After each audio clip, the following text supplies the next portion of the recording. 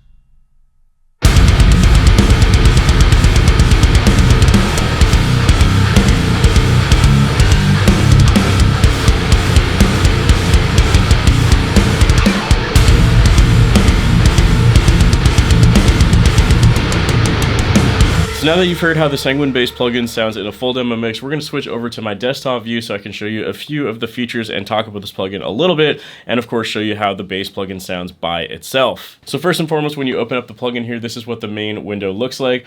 On this window, you can of course cycle through different presets. The one that I was using for my mix is called Core Studio, but the Sanguine Glass preset also sounds really good, so I'm going to switch between those two for the purposes of this video. But of course, there are a bunch of other presets that you can try for yourself, and of course the clean DI feature, which literally just gives you a DI. So in case you don't want to use one of these preset tones and you want to develop your own tone, you can just switch over to the DI and then process it however you want. But for the purposes of this video, we're going to stick with Core Studio preset for now. So on this main screen, you can see the octave drop function, which does pretty much exactly what it says it's going to do. It drops the bass down an entire octave. You can turn that off or on like so.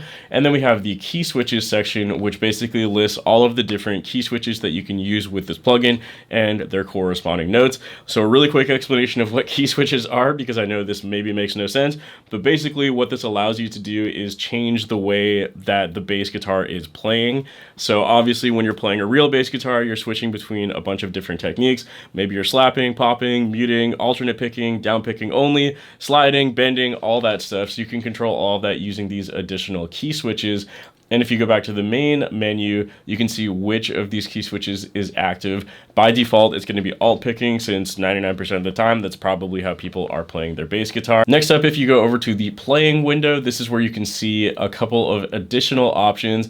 This section right here is actually adding additional human error to your sound. So it can actually be turned off or on using the human error button. And you can add like string noise, left-hand noise, and mute noise. So left-hand noise being, you know, your fretting hand when it moves across the strings, obviously makes some additional noise. So you can turn that up or down there, and the string noise, and so on and so forth. Then over to the left of that, we have the bend intensity, decay intensity, tune, or slide speed. And if we go over here, you can actually force it to always slap or auto slide. And if we go back to the main menu, we have the tone options as well. So you can control a few different parameters of your selected tone. So you got the output volume, lows, mids, highs, and the air. And then over here, this section is pretty cool as well. This is the enforce feature.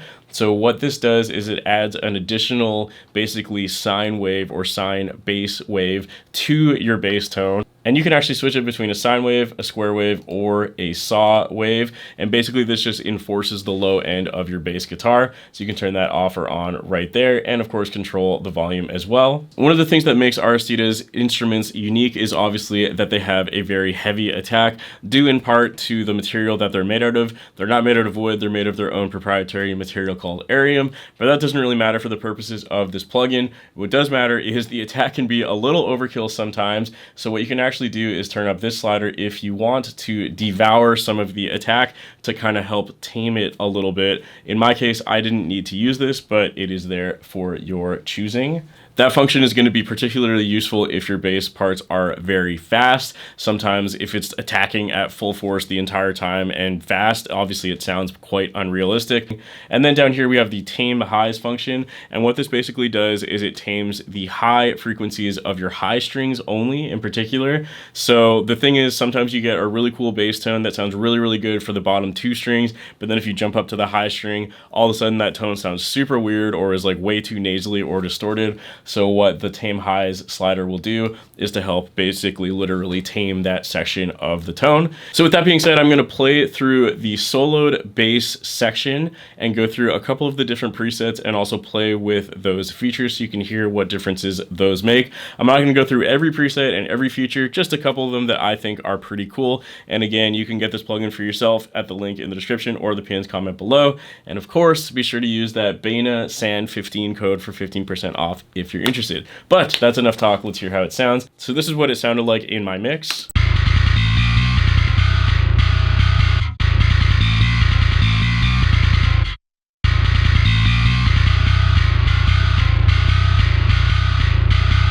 Cool, so sounds pretty good. So what I'm gonna do really quickly is just switch it over to the Sanguine Glass preset so you can hear what that one sounds like.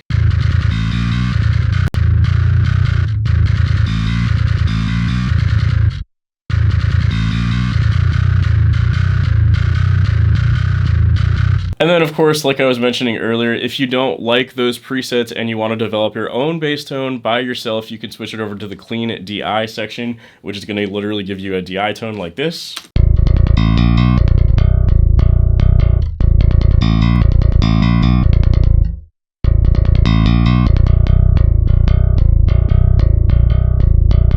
Cool, so nice and easy if you want to shape your own tone. I'm going to switch back over to the core studio preset for the remainder of this video, just so you know.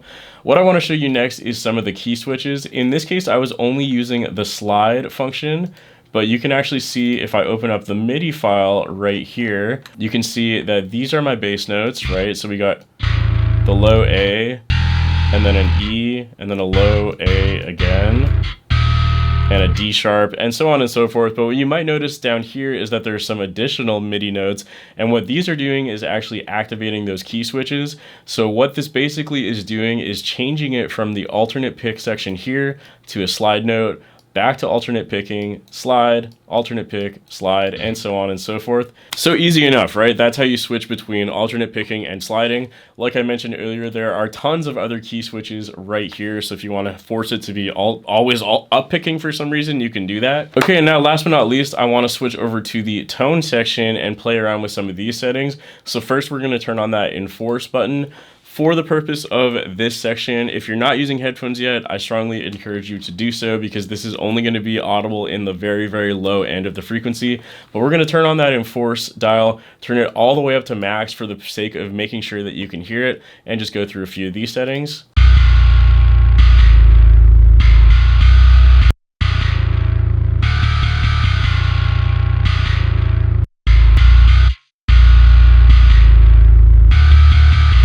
So obviously, as you can hear, that adds a ton of extra low end to the tone. This is obviously very, very overkill. I would probably, if I was to use this, put it like way lower, like something like there.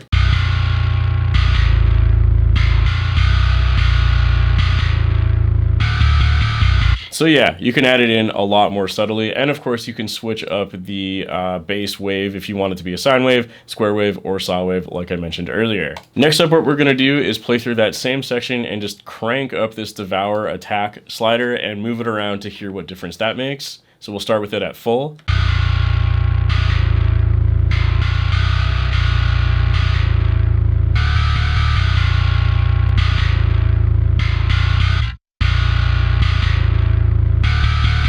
Okay, so I could hear on the obviously attack of the note, it was definitely a little less intense when it was at full. So we'll try it like halfway, see how that sounds.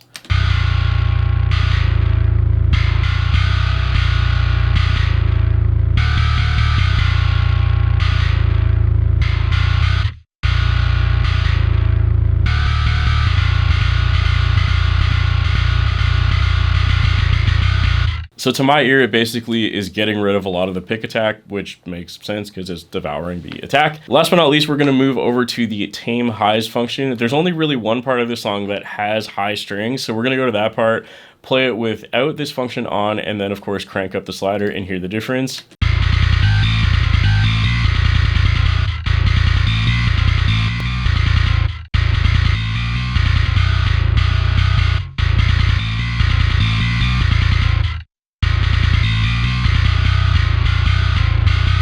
Okay, pretty cool. So it's nice that it only affects the high end of the high strings, which is exactly what you would expect it to do. Pretty cool stuff. Okay, that's gonna do it for this video. One more time, a big thank you to Solemn Tones for sponsoring this video. If you're interested in grabbing this plugin for yourself, please go check it out. The link to it is in the description and the pinned comment below. And of course, don't forget to use that discount code for an additional 15% off. That's pretty much all I got to say, other than, of course, a massive thank you to all my Patreon members whose names are on the screen at this point in time. If you're interested in getting audio downloads or stems or a shout out on the screen for this video, you can find all of that over on my Patreon page depending on the tier that you subscribe at, and that is also linked in the description below. That's all I gotta say. Thank you for watching, and I'll see you next time.